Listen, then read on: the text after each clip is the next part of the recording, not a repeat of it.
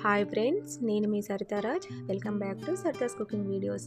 ఈరోజు నేను మీకు నార్మల్ రైస్తో ఎగ్ బిర్యానీ ఎలా ప్రిపేర్ చేసుకోవాలో చూపిస్తాను. చాలా బాగుంటుందండి. మీరు కూడా ఒకసారి మీ ఇంట్లో ట్రై చేసి చూడండి. ముందుగా మనం రైస్ ప్రిపేర్ చేసుకుందాము.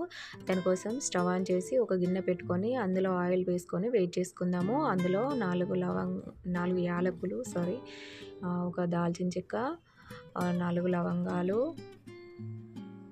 కొంచెం జాపత్రి పువ్వు, ఒక 2 అనాస పూలు, కొంచెం బగారా పువ్వు, ఒక బగారాకు వేసుకొని బాగా ఫ్రై చేసుకుందాము. అందులో కొంచెం ఆనియన్ సరిపోద్దండి, జస్ట్ పోపు కోసమే కదా. 2 పచ్చిమిర్చి మధ్యగా చీల్చుకొని వేసుకొని ఫ్రై చేసుకోండి. ఇప్పుడు అందులో ఒక స్పూన్ సాల్ట్ వేసుకోండి, ఒక స్పూను జింజర్ గార్లిక్ పేస్ట్ వేసుకొని పచ్చివాసన పోయేంత వరకు ఫ్రై చేసుకోండి. ఇది ఫ్రై అయిన తర్వాత అందులో కొంచెం పుదీనా వేసుకొని ఫ్రై చేసుకోండి. స్మెల్ బాగా వస్తుందండి, చాలా బాగా ఫ్రై అయింది. ఇప్పుడు అందులో 2 గ్లాస్ వాటర్ వేసుకుందాము. నేను ఈ గ్లాస్తో 1 గ్లాసు రైస్ తీసుకొని నానబెట్టేసుకున్నాను.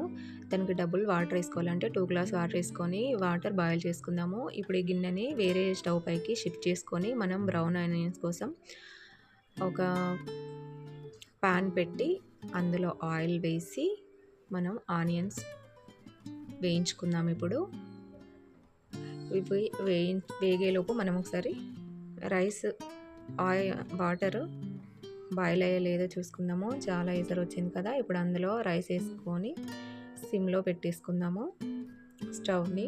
అవి ఉడికేంతలోపు మనం కర్రీ కూడా ప్రిపేర్ చేసుకోవచ్చు. ఇప్పుడు చూడండి, ఆనియన్స్ చాలా బాగా ఫ్రై అయ్యాయి కదా. తీసుకొని పక్కకు పెట్టేసుకుందాం వేరే గిన్నెలో. ఇప్పుడు అదే ఆయిల్లో మనము ఒక 2 పచ్చిమిర్చి, ఆనియన్ వేసి బాగా ఫ్రై చేసుకుందాము.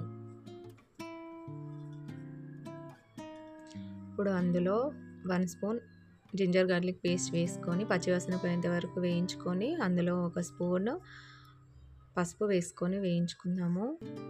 ఇప్పుడు అందులో మీడియం సైజ్ 2 టమాటోస్ కట్ చేసి వేసుకుందామండి. ఒకసారి బాగా కలుపుకోవాలి. టమాటోస్ వేసుకొని బాగా కలుపుకొని ఒకసారి మూత పెట్టి 2 మినిట్స్ కుక్ అవనిద్దాము. అంతలోపు మనం మసాలా గ్రేవీ కోసము ఒక ప్యాన్ పెట్టేసుకొని నువ్వులు వేసి వేయించుకొని పక్కకు తీసి పెట్టుకోవాలి. అదే ప్యాన్లో 2 స్పూన్స్ ధనియాలు, యాలకులు, కొంచెం దాల్చిన చెక్క, మార్వాడి మొగ్గ, అనాస పువ్వు వేసుకొని రోస్ట్ చేసేసుకుందాము.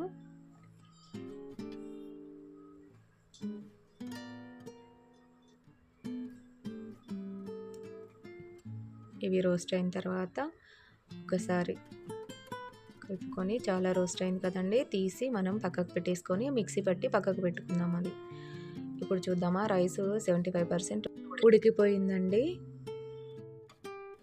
వాటర్ని వార్చుకోవడానికి వేరే హోల్స్ ఉన్న ఒక గిన్నెలో వేసాను నేను. వాటర్ని తీసేసుకోవాలి. ఇప్పుడు చూడండి, కర్రీస్ ఒక 50% ఉడికిపోయింది కదా. అందులో 2 స్పూన్స్ కారం వేసుకోండి. అందులో 1 స్పూన్ సాల్ట్ వేసుకొని ఒకసారి బాగా కలుపుకొని ఒక 2 మినిట్స్ కుక్ అవనిద్దామండి. మూత పెట్టేసుకుందాము. ఇప్పుడు ఒకసారి మూత తీసి చూసుకోండి, బాగా కుక్ అయిందండి కర్రీ. దీంట్లో బిర్యానీలో వాడిన వాటర్ ఉంది కదా, బాయిల్ చేసినప్పుడు వచ్చిన వాటర్ కొంచెం వేసుకున్నాను టేస్ట్ కోసము, బాగుంటుంది. అందులో మనం మిక్సీ పట్టి పెట్టుకున్న నువ్వులు ఇంకా మసాలా ఇంగ్రీడియంట్స్ ఉన్నాయి కదా, అది మిక్సీ పట్టుకొని ఇందులో కర్రీలో యాడ్ చేశాను. ఇది బాగా టేస్ట్ ఉంటుందండి ఇలా చేసేసుకున్నామంటే. ఇప్పుడు ఇందులో ఎగ్స్ యాడ్ చేసుకొని ఒకసారి బాగా కలుపుకోండి. ఇది కొంచెం ఒక 2-3 మినిట్స్ కుక్ అవ్వాలండి. ఒకసారి మూత పెట్టుకొని కుక్ చేసుకుందాము. ఒక 2 మినిట్స్ తర్వాత చేస్తే చూడండి, ఆయిల్ బాగా పైకి వచ్చింది కదా. ఇది చాలా బాగా కుక్ అయిందన్నమాట. ఆయిల్ చాలా వచ్చింది పైకి. ఇలా వచ్చిన తర్వాత దాంట్లో కొత్తిమీర వేసుకుందాము. కొత్తిమీర వేసేసుకొని ఒక్కసారి కలుపుకోండి. బాగా కలుపుకొని మనం బాయిల్ చేసి పెట్టుకున్న రైస్ని ఇందులో మొత్తం యాడ్ చేసుకోవాలి.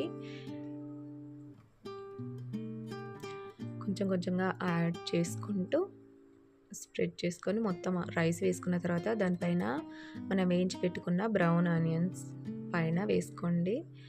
తర్వాత కొత్తిమీర కూడా పైన వేసేసుకోండి.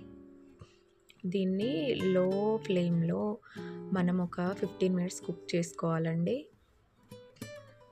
దీంట్లో కొంచెం ఫైనల్గా నెయ్యిని కూడా పైనుండి వేసుకొని మూత పెట్టుకొని ఒక 15 మినిట్స్ లో ఫ్లేమ్లో కుక్ చేసుకోండి. ఇప్పుడు ఒకసారి తీసి చూడండి, మనకు బిర్యానీ రెడీ అయిపోయిందండి.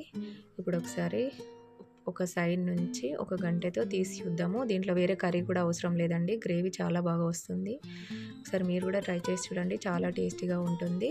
నా వీడియోస్ మీకు నచ్చినట్లయితే please like, share and subscribe my channel. Thank you so much.